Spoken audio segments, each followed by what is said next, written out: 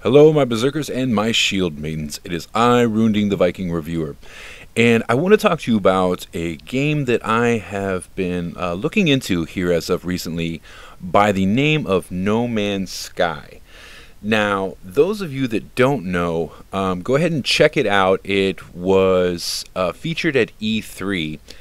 And from what I am gathering, it appears to be like an open galaxy. It's beyond world, but open galaxy sandbox game.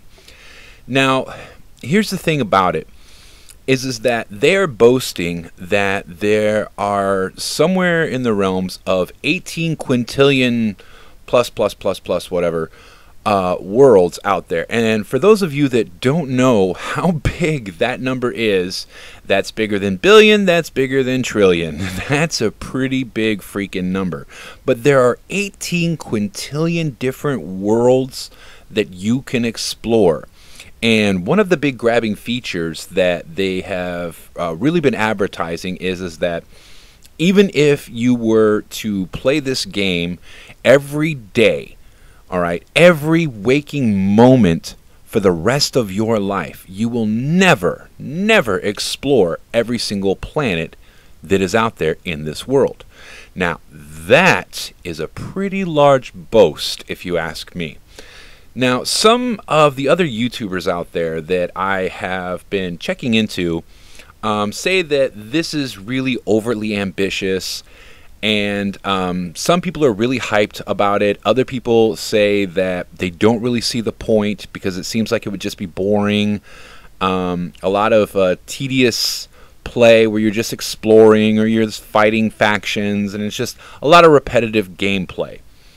Well, I personally, I kind of have mixed feelings about this. I can see the appeal to this, okay?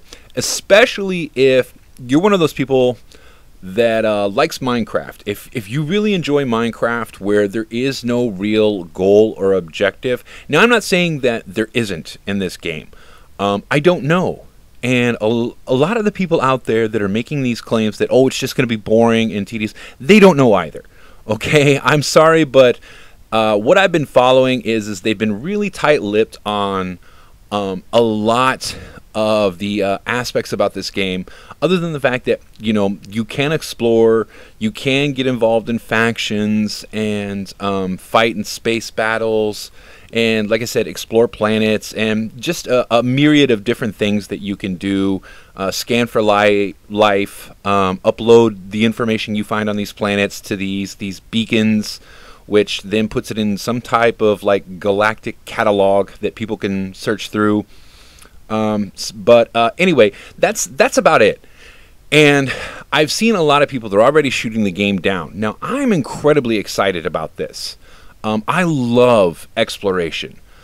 Many of my friends, some of whom may be listening to this right now, can definitely attest to the fact that I am definitely one of those people that if you tell me that it's a big, huge world that I can explore, but here's the objective, I'm always going to go in the opposite direction of the objective. I'm going to be like, okay, well, I see your claim and I shall test it.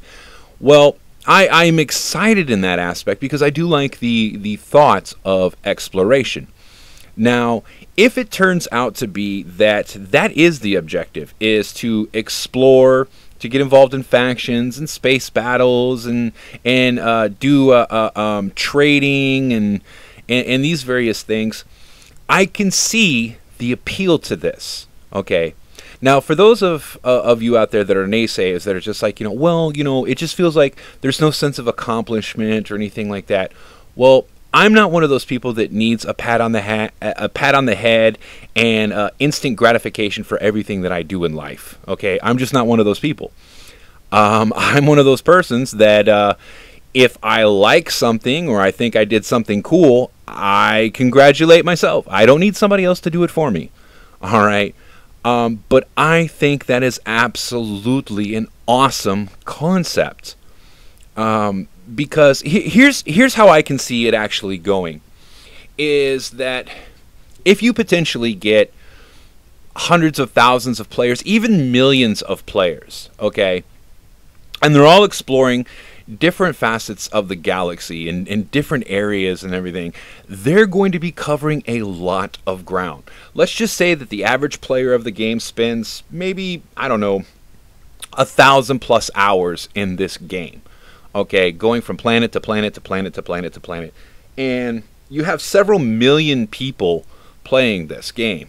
Okay, well, that's going to be a lot of stars covered. Now, are they going to cover everything? No. Okay, but I can still see the appeal to that. Plus, not only that, but I can see where the players themselves are actually, they're going to create the world. And that is revolutionary, if you ask me. That is phenomenal. All right. Yes, they're going to have their prefabricated factions and things within the game, but you are very quickly, very, very quickly, are going to see player-based factions.